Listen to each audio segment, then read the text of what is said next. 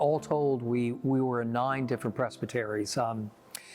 Peace River, Tampa Bay, Central Florida, Northeast Georgia, Trinity, Foothills in South Carolina, Western North Carolina, and Salem in North Carolina. We spent a little bit of time in Abingdon Presbytery, and then finished in Holston Presbytery.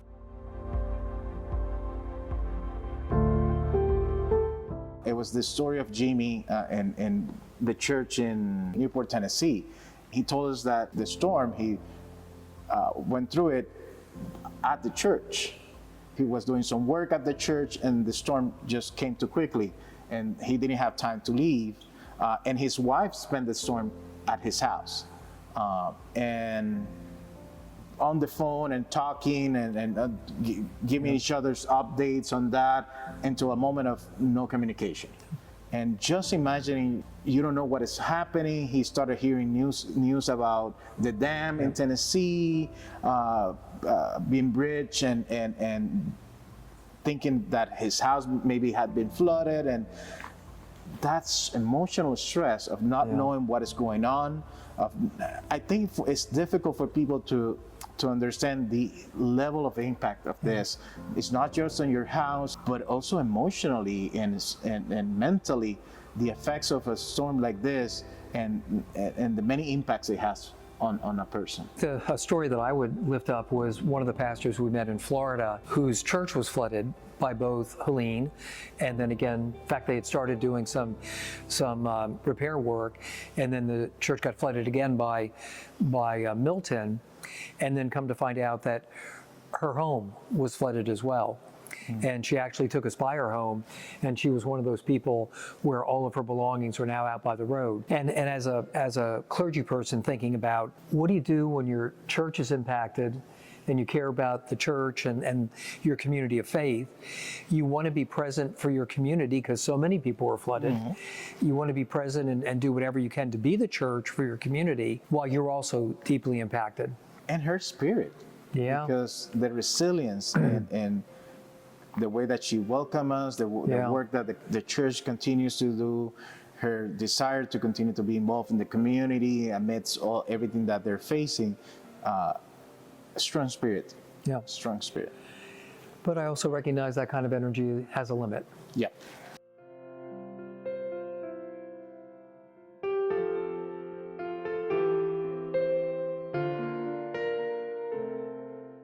For us, at least in the recent times, we have never had to deal with something as spread out as this disaster. Just with Helene, you had so many communities affected in different ways. We were able to see, communities affected by the storm surge, communities affected by the wind, communities affected by floodings. And some even affected by all 3 things. It was strange to hear people in the mountains of North Carolina saying we had to evacuate to the coast of North Carolina to get away from a hurricane. There were a couple of people that we met who specifically commented on having left Florida intentionally to go to the mountains of North and South Carolina so they wouldn't have to deal with hurricanes anymore. So one of the things that struck me is just the vulnerability of virtually every community to almost any kind of disaster. I thought about this in connection to the hurricane season of 17 when we had Harvey in Texas and Irma first in Puerto Rico and then in Florida and then Maria in Puerto Rico. How stretched thin all disaster responders are, from governmental, both federal and local, to faith-based organizations like ours, or just nonprofit organizations that respond to disasters. In particular, we're just stretched so thin and so far across such a large area. And that's going to certainly play out in the long-term recovery as well.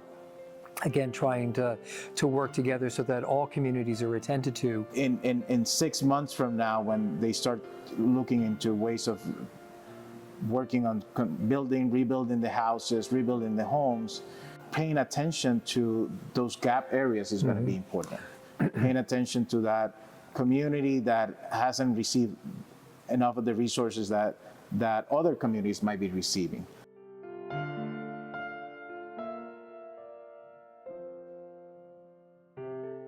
PDA will continue to be in touch with these communities, continue to work with the leadership in these in the presbyteries to help their communities. Kathy Riley, our Associate for Emotional and Spiritual Care, has already had multiple conversations with mid-councils about providing resilient support for faith leaders in those presbyteries. And Nell Herring, our Associate for Volunteer Ministries, has also had, in fact, we had one call this morning with a church in Florida that wants to be a host site. We talked about the steps that are involved in that. And in South Carolina and in Florida, we're fortunate that we have networks there, statewide networks. In South Carolina, it's a South Carolina PDAT team, Presbyterian Disaster Assistance team. And in Florida, it's FLAPDAN, the Florida Presbyterian Disaster Assistance Network. And to see both of them so engaged, and again, helping connect Presbyterians to the long-term recovery and the resources that are available. This is going to take a lot of efforts, not only from government agencies, but many of our organizations that work in disaster on putting a lot of the attention and resources for that long-term recovery. Volunteer work is going to be needed for a long time. If you ever had an inkling of wanting to put together a volunteer work team, now's the time, because people will not be made whole without the volunteer efforts of volunteers from around the country. Presbyterians are involved all over the place. And that was a constant theme that I heard every place we went, of how individual Presbyterians or individual congregations have stepped up to help meet the needs, not only of their faith community, but the broader community. Grace Covenant Presbyterian Church. That church embodies a lot of what we hope and what we see in many communities, and the way that they responded and attended to not only the needs of the immediate community, but they saw who are in the gaps, who are the people who might not receiving all the help. And I think it came to be because of their other programs that they had and the ways that they were already connected to so many areas of the community.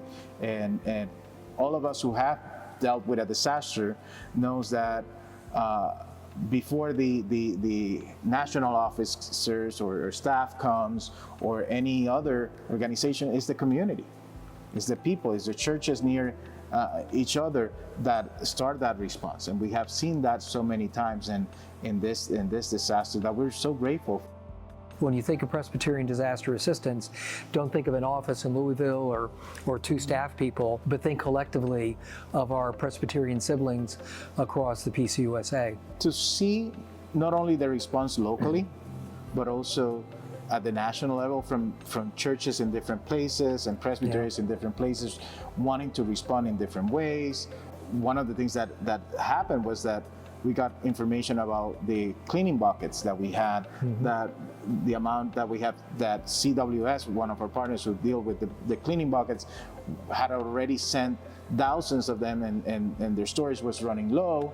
And we posted that about that on Facebook. We reached out and told people, if you want to help in this disaster, this is a way to help. That put together churches to work on assembling those hygiene kits and those cleaning buckets, and we received even more than what we had before.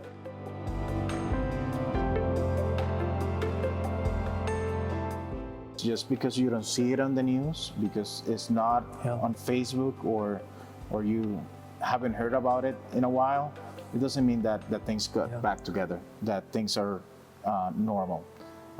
The long-term aspect of this response is going to take years, and for that and through that, the response and the support of donors and the church is important, not only for this initial assistance and immediate needs, but for the next months, years of this recovery process.